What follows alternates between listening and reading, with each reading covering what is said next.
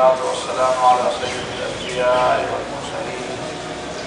محمد النبي الأمي وعلى آله وصحبه أجمعين. أما بعد، كما خبر فاتشي عليك يو خبر داوى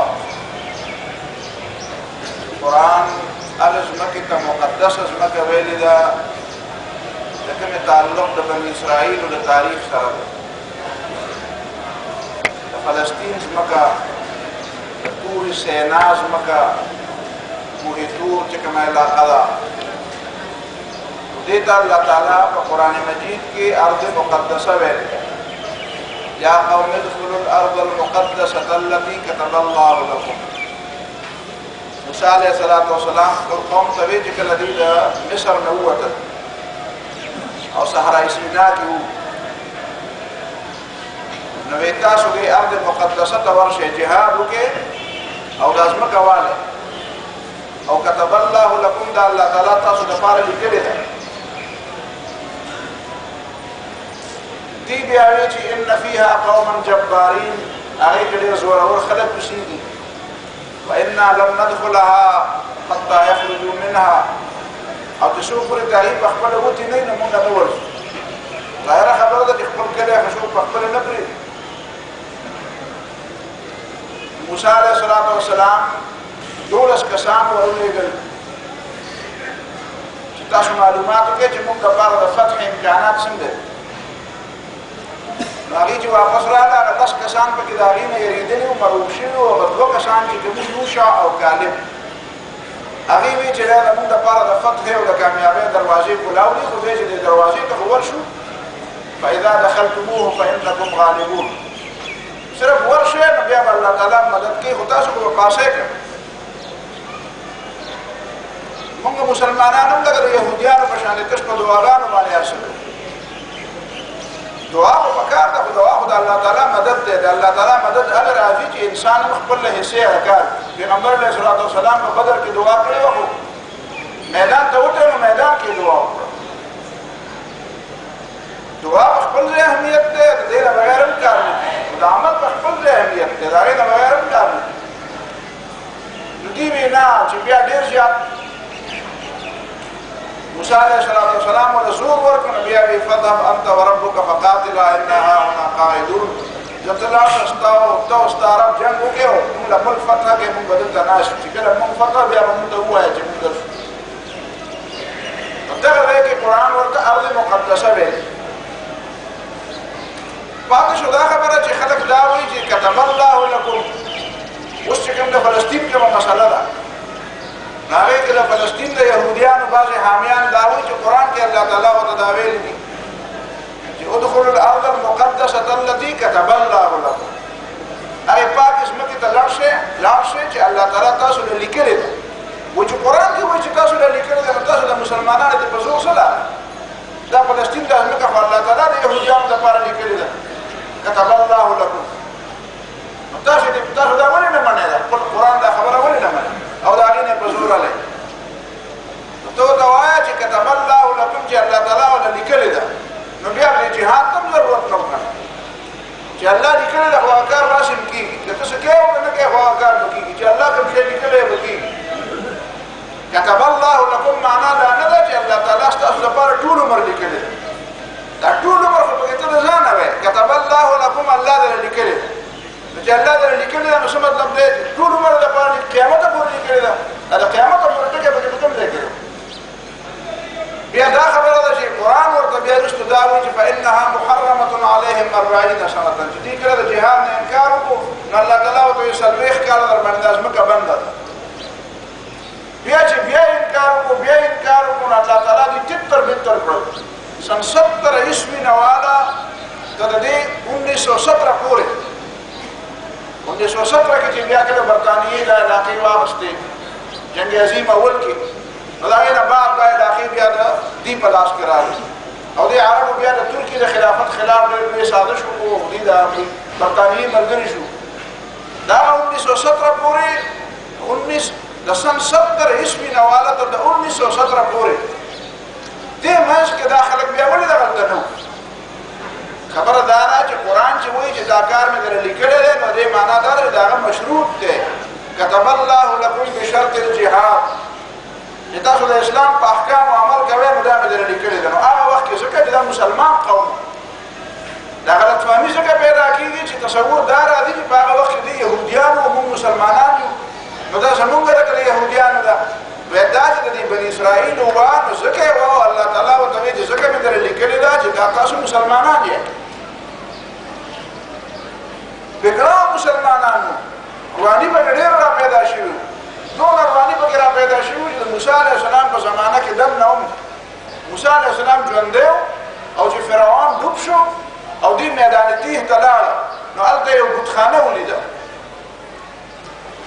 هغې کې خلک بوتانو ته سجدې کولې نو دا قوم یې ورته وایي چې اجعل لنا یا موسی وایي موسی علیه السلام اجعل لنا الها موږ هم داسې مزېدار بوتان جوړ کړه کما لهم آلهه ته موږ ته وایي خدای ته سجدې کوئ خدای موږ هیلو نه و سجدې ورته کوو نو داسې مخامخ راله جوړ کړه چې د هغې ته سجدې کوو دونه بېګراو قوم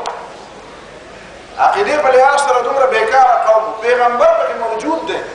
زما په خیال زموږ د زمانې یو مسلمان به خپل د جومات امام ته ونه وایي چې مولوي صاحب هلته هندوستان ته تللی وم او مزېدار بوتانو پکې یو بوت راله نه جوړه چې مولوي جومات کې کېږي دا به زموږ یو بیکاره مسلمان هم ونه وایي خو هغې دا وایي خپل پیغمبر ته یې وایي خو د هغې باوجود مسلم قوم نو دا چې بیت المقدس یې ورته وایي چې دا تاسو دپاره لیکلی ده دې معنا دا ده دا د بني اسرائیلو د قبیلې خبره نه وه تاسو مسلمانان یو که کافر یو خو بیت المقدس تاسو دی بیا د پیغمبرانو د هغې دعوت مطلب څه شو چې د پیغمبر بچی کافر هم شي نو هغه سهولت به ورته میلاوي چې کوم مسلمان ته میلاو دی نه دا خو ته قرآن بار ویلي دي چې د نوح علیه السلام زوی چې کافر شو نو الله تعالی د کافرانو سره غر د ابراهیم علیه السلام پلار چې کافر و نو الله تعالی هغه د حدیث کې راغلی دي چې قیامت کې به جهنم ته بځي او ابراهیم علیه السلام د هغه لپاره دعا مړې پورې وکړه چې کله ورته پته ولګېده چې دی په کفر باندې مړ شو نو بیا دعا هم پرېښوده وما كان استغفار ابراهیم لابيه الا عن موعده وعدها اياه ابراهیم علیه السلام چې د پلار دپاره د مغفرت دعا کوله نو ځکه یې کوله چې وعده یې ورسره کړې وه فلما تبین له انه عدو لله چې ورته په ډاګه شوه چې دی خو د خدای دشمن دی نو تبرأ منه بیا دې بیزار دا خبره باندې خلک ځان نه پوهېږي چې بني اسرائیل مسلم قوم او د هغې سره چې کومې وعدې د نعمت کومې وعدې د جنت وفضلتکم علی العالمین او د ارض مقدسې د ملکیت چې کومې وعدې ورسره شوې هغه ورسره په دې بنیاد شوې تاسو مسلمانان یې تاسو د پیغمبر خبرې منئ دا قرآن ته موږ کې وایي که نه لئن اقمتم الصلاة وآتيتم الزکاة وآمنتم برسلي وعزرتموهم وأقرضتم الله قرضا حسنا لأكفرن عنكم سيئاتكم که زما په پیغمبرانو ایمان راوړئ په الله ایمان راوړئ د پیغمبرانو عزت کوئ منځونه او زکاتونه کوئ او الله تعالی ته قرض ورکوئ معنا دا د الله د رضا لپاره خرج کوئ نو لأكفرن عنكم سيئاتكم بیا ورته زه معافي وکړم ولأدخلنكم جنات بیا هم جنت ته دننه دا ورسره د یو قوم په بنیاد نه ولې ځان د پیغمبرانو اولاد یې نو چې څه کوئ او کفر کوئ او که اسلام کوئ نو بیا به تاسو سره وعدي اوله خبره دا ذهن کې دویمه خبره دا چې تا ته سوال ما کړی و یو سوال هغې دا کوي چې قرآن خو د دې بني اسرائیلو سره چې کومه ځمکه تعلق ساتي هغې ته پاکه ځمکه ویلې ارض مقدسه پاکه ځمکه او د رسول الله صلی الله علیه وسلم د کومې ځمکې سره تعلق دی حجاز نو هغې ته خو ارض مقدسه نه دی ویلې نو ځکه هغه وایي چې دا ستاسو په اسلام باندې زموږ دا یهودیت غالب دی نعوذ بالله دا موږ هم د ښیو د خدای ستاسو د قرآن په فیصله هم درنه موږ ډېر زیات ښیو نو د هغې جواب تا ته ما دا کوو چې قرآن مجید دا دواړه خبرې کړي دې ته ارض مقدسه هم ویلې ده رسول الله صلی الله علیه وسلم دغې جومات ته مقدس یا مقدس هم ویلی دی دغه وادي مقدسه ده اوس هم زموږ دپاره مقدسه ده خو دا سوال دی چې الله تعالی د حرم دپاره څه لفظ ویلی دی که نه دی ویلی قرآن مجید د ابراهیم علیه السلام په ژبه باندې دې ځمکې ته مسجد حرام او بیت محرم ویلی دی سورت ابراهیم وایي چې کله ابراهیم علیه السلام خپله ښځه حضرت حاجر رضی الله تعالی عنها خپله بیبي او زوی حضرت اسماعیل علیه السلام دلته درې مکې کې صفا او د مروه په دې منځ کې دغلته یې پاتې کړه نو چې بیا دې نه ته اولنې خبره خدا ذهن کې کېنوي چې حضرت هاجر رضی الله تعالی عنها ورپسې منډه او ورته وی چرته سي زما دا ماشوم بچی او دا به ابو غیا صحرا دا هیڅ نشته نه بني ادم شته نه آبادي شته مدته بس نو بار بار اخر ولا بدی وګ باندې لاس کې او دا وی الا من تکلنا اخر چا کوم پرې دی الله امرک دا الله تعالی دا څه ویل چې دا څه وکړه نو هغه ته وی نعم بدك جواب ودوه قتل ذکر چې اخر زړه کنه انسان خو دې نو یا الله تعالی راته وی زيدا لا يزيعنا چې الله تعالی ته ویل دا څه وکړه نو بیا د پروا مسله به مونږ نه ځای چې والله به مونږ ځای لسلره دا نو دا څه کوی شو چې هغه غنینه ما نو الته بیا یو دعا وکړه وی ربنا اني اسكنت من ذريتي نو هغه دعا چې وکړه هغه دعا کې دې ته کوم ځای ویل دي ربنا اني اسكنت من ذريتي بواد غير ذي زرع عند بيتك المحرم سوره ابراهيم عليه السلام ته مخکې پته ولدا الله تعالی د کور ځای نو الله تعالی ما خپل بچي د بچو یو حصہ استاد محرم او د عزتمن کور په فاطمه پرېخو عند بيتك المحرم ربنا ليقيموا الصلاه نو د ماربا دین د منځره د قائمولو توفیق ورکړي او دویمه دعا یې دا وکړه چې فجعل افئدة من الناس تهوي اليهم د انسانانو د یو لوی حصې زړونه دې ته رامایله کړي چې دې ته رامایله شي د هر چا زړه دې طرف ته رامایله راکوب دا دعا یې د هغه بیت المقدس او د وادي محرم لپاره نه ده کړې نه موسی علیه السلام د هغې لپاره کړې ده موسی علیه السلام د مسجد وادي مقدس لپاره دا دعا نه ده کړې چې خدای پاک د ټولې دنیا انسانانو زړونه د وادي مقدس طرف ته مایله کړي د ابراهیم علیه السلام چې د بني اسرائیل هم بابا او د قریشو او د مکې د حجاج رسول الله صلی الله علیه وسلم دا هم لیکل نو هغه د دې بیت الله لپاره دا د بیت الله الحرام لپاره مسجد حرام لپاره دا دعا وکړه چې الله تعالی دا د مونږ د اقامت مرکز کې ګوره دلته د مونږ ذکر کوي د زکات ذکر ربنا ليقيموا الصلاه الله تعالی دې منځونه کوي یعنی مطلب دا دی چې دا حرم د منځونو مرکزي او فجعل افئدة من الناس تهوي اليهم الله د ټول دنیا د انسانانو زړونه دې تر مایله کوي چې هغه دې تر کوي دا چې په لور کې دا چې حرم او حرم نو یو دا عند بيتك المحرم دې محرم نه بخوله محرم معنا دا د چې عربي چې په ویلې په دې کوي دا داسې صيغه ده چې دې معنا دا چې دا دائما د عزت پوری محرم دائما محترم همیشه بلغ القرآن المجيد ويجعل الله الكعبة البيت الحرام قياما للناس الله تعالی دا بیت حرام قیاما للناس دا ټول انسانانو د پاره د ژوند ذریعہ ګرځولې ده التخصیص مقدس او پاک لفظ ویل دي د بیت الله د پاره دا لفظ ویل دي چې جعل الله البيت الحرام الله تعالی دا محترم او عزتمن کور او بن کور ورته ته بن معنا څه ده دې د بسو بوت نشي ورولای دا بسو په بن نیت رانولې نشي او دا قیاما للناس دا د ټول دنیا د انسانانو لپاره د ژوند ذریعہ ده چې دا کور نه بیا په دنیا نه حتی چې د کور عبادت چې نه بیا په دنیا نه تفسیر ابن کثیر او نور تفسیرونو یو حدیث نقل کړی غالبا ابن کثیر په ځای ابن جوزی کې کتل چې لو ترکوه عاما کدی ټول خلکو د بیت الله د طواف یو کالم پرې خو د یو کال داسې تیر شو چې د بیت الله طواف پکې چاونه کنه چا عمره وکړه نه چا طواف وکړه نه چا حج وکړه الله تعالی د دنیا ورانه به نه پریږدي نو دا بیت الحرام قیاما للناس دی دا د ټول دنیا د انسانانو لپاره د ژوند ذریعہ ده د دنیا به هغه آباد چې بیت الله آباد او بیت الله کې خلک طوافونه کوي عمره کوي حجونه کوي دا احترام انت نه ده قیاما للناس نه ده بیا قرآن خو یوازې دا نه سورۃ مائده وایا د دې بیت الله د احترام لپاره چې کوم سارویزي هغه شعار الاسلام جوړ شو یا ایها الذين امنوا لا تحلوا شعائر الله ولا الشهر الحرام ولا الهدي ولا القلائد ولا آمين البيت الحرام يبتغون فضلا من ربهم ورضوانا. مؤمنانو ته وایي چې تاسو خو خلکو ظلم وکړو، تاسو کې د بیت الله نه بند کړئ،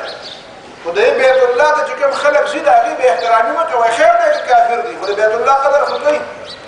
د بیت الله نه تاویږي او بیت الله د کافرانو په لاس کې مولا. نو ته وایي چې یوازې انسانان نه، الهدیه والقلائد، هغه څاروي چې هغه بیت الله د احترام لپاره روان دي او بیت الله کې ورته حلالېږي، هغه څاروي ته بد نه ګورئ. او هغه څاروي خو پرېږده، د هغه څاروي په غاړه کې چې کوم هغه کړی مړی پرتي، هغه وړندي مړندي پراته وي، هغه د دې لپاره نښه وه چې کونجکې منجکې اوس وړندي مړندي بیا پکې دې دپاره چې دا پته ولګي چې دا د حرم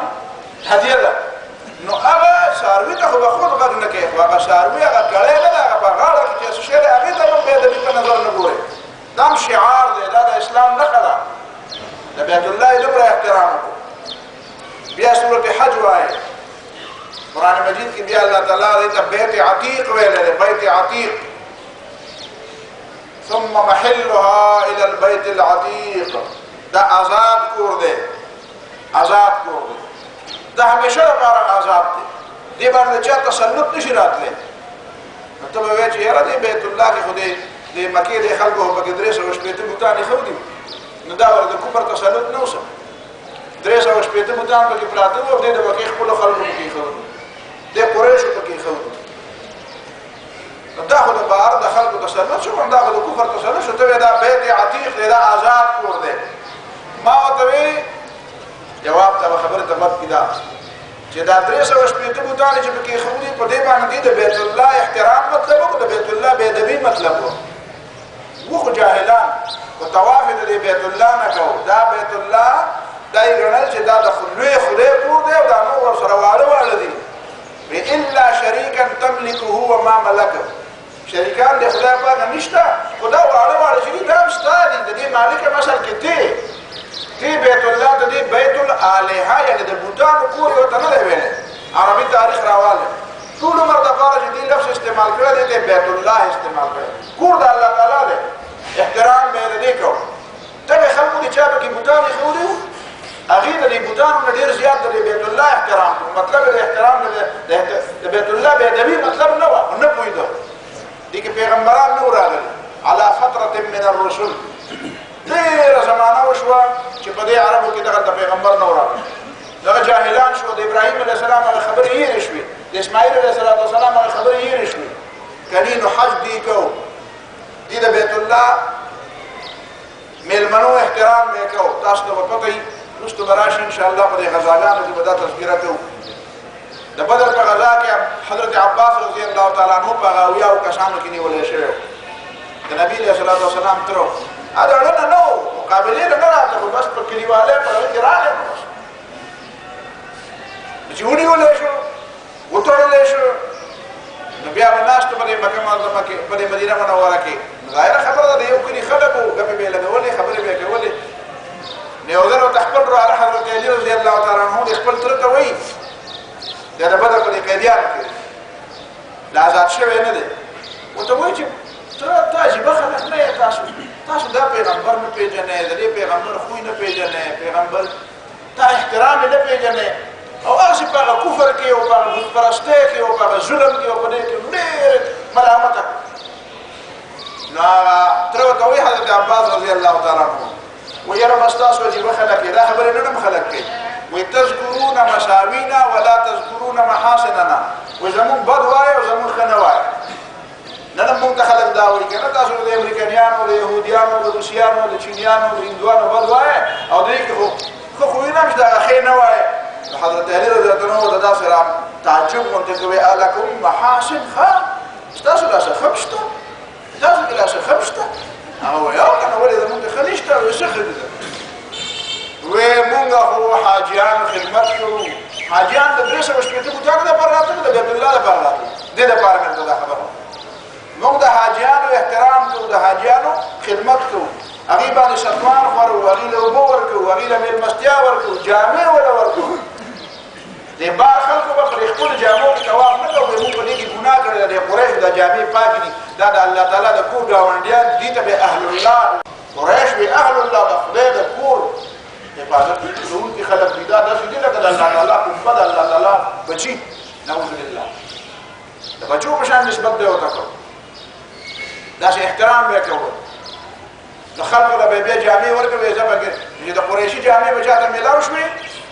نو هغه به په هغې کې طواف وکړي د قریشي جامې به ورته میلاو نه شي بیا به بربنډ طواف کوو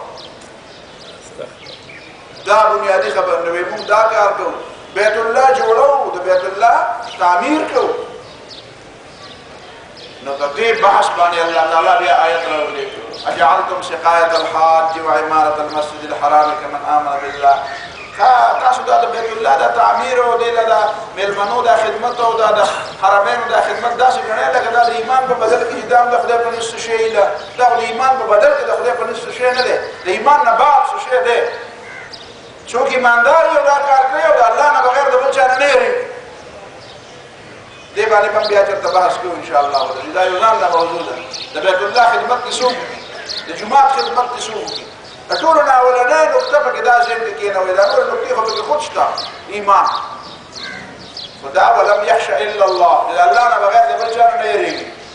هغه خلک چې د الله نه بغیر د بل چا نه یېرېږي د حرم خدمت نشي کولی هغه ته چېرته کې د ټوریزم څه پوینټ به څه پکنیک پوینټ به دې جوړوي بیا د حرم خدمت چې څوک کول غواړي پکار دی صرف د الله نه یېرېږي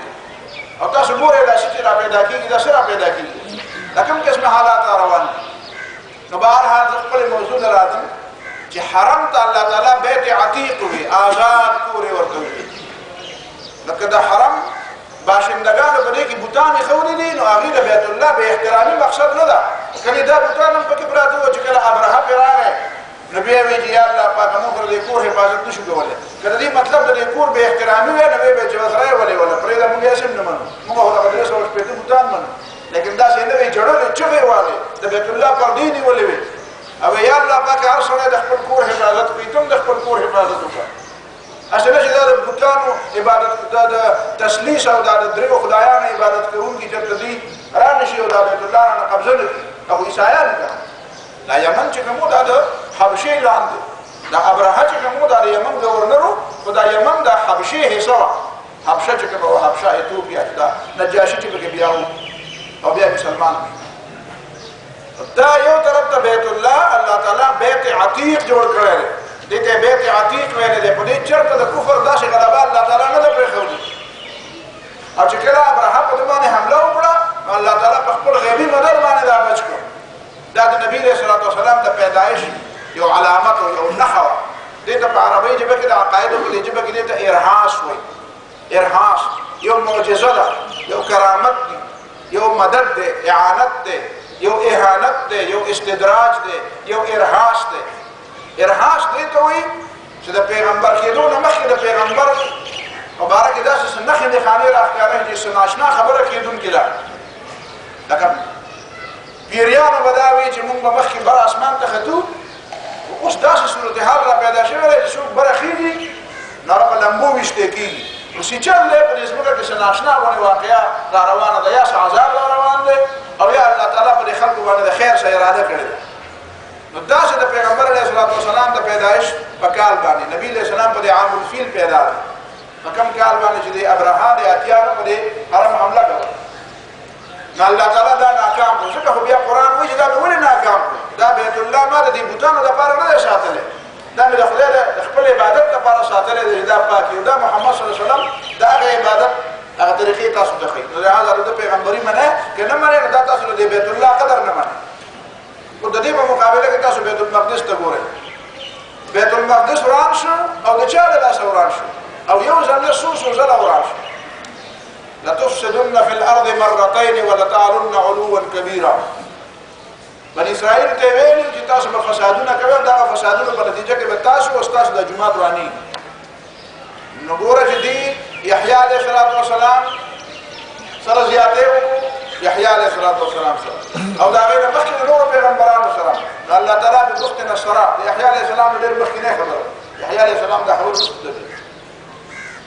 بخت نصر په الله تعالی مسلط دا بیت المقدس یې ورته وران هم کړو دی بیا قیدیان کړو بابل کې د عراق د بابل علاقه چې کومه سل کاله تقریبا د عزیر علیه السلام د زمانه خبره ده د موسی علیه السلام نه دغه زمانه نه سموده مخ رستو د عزیر علیه السلام په منځ کې عزیر علیه السلام بیا حالت پاتې شوی دا رنګي بعض نور پیغمبران هغه بیا د بابل کې د قید په زمانه کې پاتې شوی نو دی بیا د بیت المقدس د دې د لاس وران شو د دې د لاس جمعه ته وران شو او دین د دې ځای نه د بیت المقدس ته تر شو بیا الله تعالی ول دوباره بیا مقور کړه او سایرس ایرانی یا خورس ایرانی یا ذوالقرنین په د مدد په نتیجه کې بیا راغلته آباد شو بیا په 70 عیسوي کې دی بیا چې کړه د عیسی علیه السلام او د یحیی علیه السلام د مرګ بندوبست کو یحیی علیه السلام شهید کو عیسی علیه السلام الله تعالی تبره وخیجو بیا الله تعالی دې سزا ورکړه او هغه په 70 عیسوي کې چې د بیت المقدس وران شو او بیا دې تر شو نو بیا د حضرت عمر رضی الله تعالی عنہ په زمانه کې دا آباد شو دا بیت المقدس او دا بیت الله الحرام په منځ کې د توازن د دې لپاره وي زموږ د لپاره دواړه قابل احترام دي خدای یو بیت الله العتیق دا الله تعالی په خپل غیبی مدد باندې د ټول دنیا لپاره یو مرکز ساتلی د ابراهیم علیه السلام په دعا یې ساتلی دې له داسې نوم ورکړی دی چې په دې باندې د بل چا تسلط نه کېږي هغې ته بیت الحرم هغې ته بیت المقدس ویلی دي وادي مقدس یې ورته ویلی دي خو د دې خپلو نوم لیواو د لاسه د دې خپلو منونکو د لاسه د هغې څو ځله بېعزتي وشوه د دې د عمل د وجه دا فرق دی راته ویل د دې دپاره دې نه بعد راځو خلک وایي چې یاره دا پیغمبر چې راتله آخر زمانې پیغمبر چې راتلی آخرنی پیغمبر چې راتلی دا د دنیا په یو مرکز کې راتلل پکار یقینا چې حرم د دنیا مرکز دی دې ته د دنیا په تاریخ کې د پخوا نه نافع زمین وایي نافع زمین د ځمکې نوم دی د ځمکې نوم دا نوم بالکل په مرکز کې نه دی دې وایي خلک بیا په میلانه باندې دا کوي چې دا خو یو څو درجې یوه نیمه درجه خواوشاله کمې زیاتې کوي دوه خبرې ذهن کې کېنوي د مرکزیت مطلب دا نه چې بالکل هغه مرکزي نقطه یادې خبرې په دې نه خبرې په دې چې یو مرکز د ټولې دنیا د انسانانو لپاره مرکز کېدی شي که نه شي کېدی نو د آبادې دنیا مرکز تاسو وګورئ اوس هم سوا د کعبې نه بل ځای نه شي کېدی ته د بل ځای سره کمپیر کړه د بل یو ښار وګوره بله دنیا ته بله دنیا کومه دنیا یادې چې کوم ځای راشي یادې چې ستا په نسبت باندې هغه د دنیا مرکز کېدی شي د هغه ټولو په نسبت باندې بیت الله الحرام او کعبه چې کومه ده دا بالکل د دنیا مرکز دی او یوازې په دې معنا مرکز نه د ځمکې تناولونه ته لټې او په فوټوارۍ باندې وایي او دا مرکز کې د دې معنا دا ده چې د دې نه ښی طرف ته د دې نه ګس طرف ته مخ شمال جنوب طرف ته چې کومې آبادیانې دي انساني آبادي ده دا د هغې مرکز دی دا یو طرف ته د یورپ او د مغرب دپاره مرکز دی بل طرف ته چې ګورې نو د افریقې دپاره بل طرف ته چې ګورې نو د شمالي علاقو دپاره او د مشرق دپاره دا بالکل یو مرکزي نقطه جوړېږي دیمه خبره دا ده چې ژبه په یو ژبه کې به د الله تعالی کتاب راتلی اخرنی پیغمبر به په یو ژبه ظاهره خبره یو ژبه به یې ویله د هغه مورنۍ به یوه ژبه نو په دنیا کې عربي ژبه داسې ژبه ده چې هغه د الله تعالی د کتاب دپاره ډېره زیاته موضوعونه ده ډېره زیاته موضوعونه ده تاسو ګورئ په دې موجوده زمانه کې د ټولو نه لوی ژبې په هغې کې د ټولو نه اوچته ژبه انګریزي ګڼلی کړي په انګریزۍ ژبه کې هغه صفایي او هغه طهارت او هغه پاکیزګي نشته هغه معانی چې کوم په قرآن مجید خلکو ته بیانې هغه د روح سره متعلق د روح سره لکه مثلا تاسو ته دوه درې مثالونه وویل یو حیا ده حیا خالصه حیا د دې لپاره په انګریزۍ کې داسې لفظ نشته دی چې د هغې مطلب خالصه حیا طهارت به موږ ووایو قرآن طهارت او تزکیه جدا جدا وایي په عربۍ ژبه کې د پاکۍ لپاره درې الفاظ به موږ ووایو ډېر ښه الفاظ دي یو دی طهارت یو دی تزکیه یو دی نظافت نو ستا سره په عربۍ ژبه کې څه شی دی خو یو کلیننس در سره دی که پیوریفیکیشن پکې هم راواله پیوریفیکیشن یو شی هغه اصل حالت ته راوستل خو پیوریفیکیشن او کلیننس دا نه د طهارت معنا ده نه د تزکیې معنا ده دا زیات نه زیات د نظافت معنا ده نظافت څه ته وایي لکه دا ځای صفا شو دا وینځلی شو پاک شو خبره دا نظافت دی طهارت څه ته وایي دا مونږ چې وایو طهارت دا مونږ چې فرض کړه اودس مات تش اودس مې مات استنجا مې وکړه هرې چې استنجا مې وکړه نو د ما مخ باندې څه چېرې شو زما په سر خو ټوپۍ پرته وه زما په دې سر چې چلو شو دا سر وینځم زما دا مټې چې کومې دا خو په دې کې پټې وي زما په خپو باندې وجود دی دا مخ به مینځي خوله به مینځي پوزه به مینځي نه دا پاک دا پلیت شو اوس ته ماته دا ووایه چې دا پاکي او دا پلیتي د دې دا تصور بغیر د اسلام د دې طهارت د تصور او دا نه چا په ذهن کې راځي په جنابت کې به د سر نه د خپو پورې ټول غسل به کوې ټول غسل به څنګه کوې نجي دا چې د غسل نه کړی ته جنب یې ته ناپاکې ته پلیتې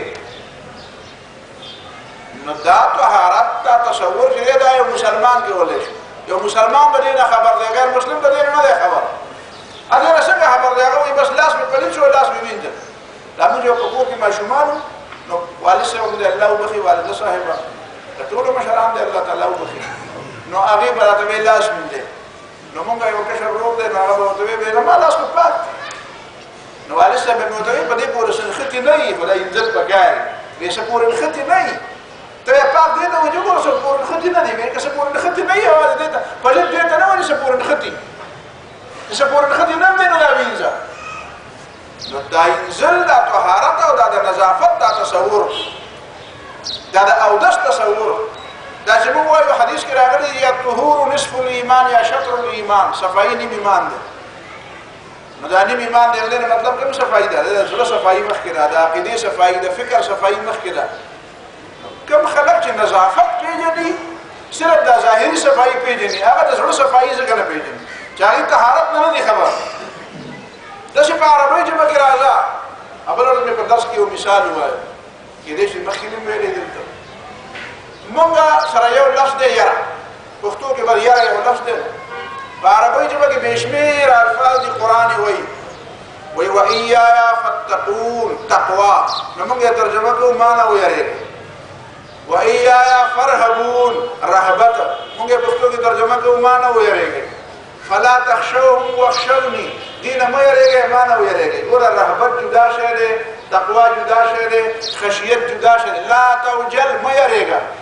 وجله یجلو مه یریږه بس مونږ وایو مه یریږه خوفو اني اخافو زه یریږم ګوره خوف جدا دی وجل جدا دی تقوا جدا دی خشیت جدا دی رهبت جدا دی دا پنځه الفاظ دي د عربۍ ژبې موږ سره یې په پښتو کې یو معنا ده مه یریږه پته ولګېده چې دا الفاظ چې جدا جدا دي د دې معنا هم جدا جدا ده خو موږ سره په اردو کې صرف ډر دی مټ ډر ډونټ وري پروا مه کوه انګریزۍ کې او په اردو کې په پښتو کې موږ سره یو لفظ دی صرف یو لفظ او په عربۍ ژبه کې بې شمېره الفاظ د قرآن مجید چې کوم بل به درته زه یو بل مثال وویم موږ دا ترجمه کوو که نه د اولنۍ پارې ترجمه کوو الف لام میم دا خو د الله تعالی ته پته ده چې دې څه مطلب دی ځکه چې دې کې آرام او حلال څه نه دي بیان شوي یو صاحب دا اعتراض کړی دی وایي دې مسلمانانو د خپل کتاب دا اول ټکي معنا نه ورځي او لګیا دي وایي چې موږ په کتاب کوو وایي دا ټکي الله تعالی دې دپاره رالېږلی دی چې دې په معنا پوه نه شي او بیا به ایمان راوړي دا د الله تعالی له طرف نه د دې خلکو ازمایش دی چې کوم سړی وایي چې په هر څه کې پوهېږم وایي په دې نه پوهېږي او بیا به منه مطلب یې دا دی چې مسلمان د الله تعالی هغه خبره هم مني چې په ذهن کې راځي او هغه هم مني چې په ذهن کې نه راځي بیا یې مني ځکه چې رب چې خبره منم که پوهېږم او که پرې نه پوهېږم خو منم دا امتحان دی بل امتحان کې مؤمن کامیاب ورپسې دویم ټکی څه دی ذلک الکتاب نو موږ یې ترجمه په پښتو کې څه کوو دا کتاب حالانکه د دا او د ذالکه په منځ کې ډېر فرق دی په دې عربۍ ژبه کې یو د ضمیر وایي یو د اسم اشاره وایي ډېر 15 منټ دې دواړو کې فرق دی په اردو پښتو کې موږ سره دا فرق نشته په پښتو کې لږ ډېر شته پښتو کې لږ ډېر فرق شته په نورو ژبو کې د ضمیر او د اسم اشارې فرق نشته په عربۍ ژبه کې یو ضمیر دی ګوره هوا هغه زما رور زما پلار زما عزیز زما دوست هوا هغه هما هغه دواړه هم هغې ټول انت ته انا زه دا ضمایر دي دې ته وایي ضمیر یو دی اسم اشاره هذا دا هذه دا مذکر مؤنث ذاک دغه ذالک آغا وګوره هغه او آغا دې دواړو کې فرق دی په عربۍ ژبه کې هغه معنا ضمیر دا ضمیر دی ذالک دا ضمیر نه دی دا اسم اشاره ده نو مونږ ترجمه ګوره ذالک الکتاب ذالک اسم اشاره ده مونږ ترجمه ضمیر کوم ته پته لګی دا ضمیر معنا ده دا څه معنا ده دا ډیره زیاته اهم خبره ده بل په درس کې یو خبره ده علماء ته وکړه هغه سورته قصص چې ده کنه سورته قصص چې وایي چې هغه موسی علیه السلام مدین ته لاړ شي هغه جنکوله ساروي وبکی بیا په هغه جنکو کې یو جنې خپل پلار ته وایي یا ابت استاجره هلته ضمیر دی بابا دا سړی مزدور کا ادې مطلب دا نه دی چې دام ناشته وه بابا یې ناشتو او موسی علیه السلام هم ناشتو دې جنې ورته دا خبره کوله دا به ته هله په دې پوهېږې چې ته د ضمیر او د اسم اشارې فرق پېژنې یا ابت استاجره بس دا پلار ته وایي چې بابا دغه هلک نه دی دا چې مزدور راغلی دی هغه دې نه دا نه معلومېږي چې د هلک دغلته و کورو دا ته راغلی او ناست و خبره به دا بیا پلار چې ورته وایي چې انی اريد ان انکحک احدى ابنتي هاتین هلته اسم اشاره استعمالوي زه غواړم چې زه تاله په دې دوو لونو کې یوه لور په نکاح درکړم نو دې معنا دا ده چې لونه په دغه وخت کې دا هلته وي اوس یو وخت کې چې لور پلار له مشوره ورکوي نو پردی سړی نشته دغه وخت کې دی دا پردی دی نو لور والا د پردي سړي په مخ کې مشوره نه ده ورکړې دا تصور به ته د کوم ځای نه زده کوې دا چې ته د ضمیر او د اسم اشارې فرق پېژنې او چې پلار بیا ورته وایي چې زه دله په دې دوو جنکو کې یو جنۍ په نکاح درکړم نو هلته بیا پکار ده چې ورته یې ومښئ چې دا دوه جنکۍ دي او په دې دوو کې دله یوه درکوم ځکه د نکاح معامله ده اگر چې دا نکاح نه ده دا د نکاح وعده ده دا د نکاح وعده ده خو د دې باوجود یې ورته وښیي چې یاره دا نفس دا کتل چې کوم دي دا زموږ د پښتو کې خو ډېر بس کار خو په شریعت کې دا شته چې ورته وګوره خیر دی ځکه دا چې دا کوم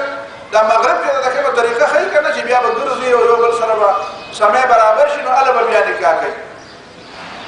نو اسلام ته خو شریعت ته خو الله تعالی د ټولې دنیا دپاره دی الله تعالی ته خو د دې حالاتو نه مخکې نه علم دی چې که دا لږه غوندې اجازت له نه ورکړي نو خلک بیا ډېر زیات اجازت غواړي نو دا لږ غوندې اجازت یې درکړي خیر دی په پښتو کې به خلکو لږ بد لګي لیکن شریعت دا وایي چې دا بیا وروسته د یو بل سره د باهمي اتفاق او اتحاد او د پاتې کېدو دپاره دا ډېره زیاته ضروري ده چې څه نه څه د مخکې نه د یو بل نه لږ او هغه صرف په کټو باندې بس صرف دا نه چې ورسره بیا دې ګپې هم لګوي او بیا دې رابطې هم کوي نه د هغې اجازت بیا نشته نو دلته ما راته ویل د اسم اشارې او د ضمیر نو یو عالم یو کس نه ما تپوس وکړو وی قرآن مجید مې ویلی دی ترجمه ما نه په دې ویلې وی نه ویلې مې ده نو ما د ذالک الکتاب څه معنا ده وی دا کتاب من ذالک خو دا ته نه و ذالک خو هغه ته وایي ذالک معنا هغه کتاب نو دا کتاب خو دا دی اوس دا خو ستا په لاس کې دی او قرآن ورته وایي هغه کتاب نو د دې بیا څه مطلب شو نو دا په بله ژبه کې دا کیسه نشته دا په عربۍ کې ده عربۍ کې بیا دا کیسه ده چې ګوره یو دوه څیزونه دي یا دوه خلک دي یو د بل نه بظاهر نږدې دي دواړه یو بل ته خو دا یو ته په مرتبه کې ډېر زیات اوچت دی نو هلته کې یو دی یو ته وایي بعد رتبي هغه لرېوالی چې د مرتبې لرېوالی دی یو دی بعد مکاني هغه لرېوالی چې د ځای لرېوالی دی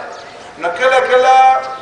دا د ځای د لرېوالي دپاره چې کوم لفظ راځي نو دا د مرتبې د لرېوالي دپاره چې کوم مفهوم دی د هغې دپاره استعمالېږي اګر چې دواړه په یو ځای کې